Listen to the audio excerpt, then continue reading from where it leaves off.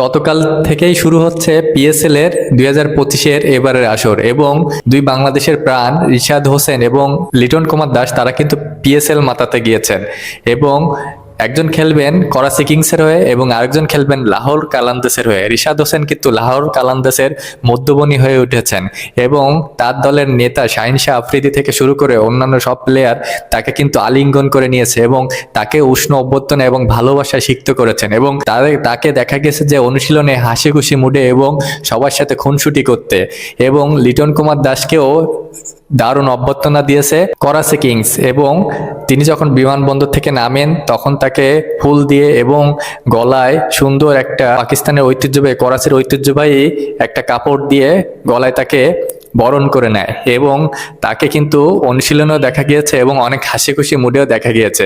তো দুই প্লেয়ারের জন্য শুভকামনা এবং অবশ্যই তারা বাংলাদেশের প্রাণ এবং বাংলাদেশের হয়ে লড়বে এবং বাংলাদেশের মান রাখবে এবং সবাই তাদের খেলা দেখার জন্য অধীর আগ্রহে বসে রয়েছে। আশা করি যে তারা প্রত্যেকটা ম্যাচ পাবে। ধন্যবাদ সবাইকে, ভালো লাগলে লাইক কমেন্ট ফলো সাবস্ক্রাইব করবেন। ধন্যবাদ।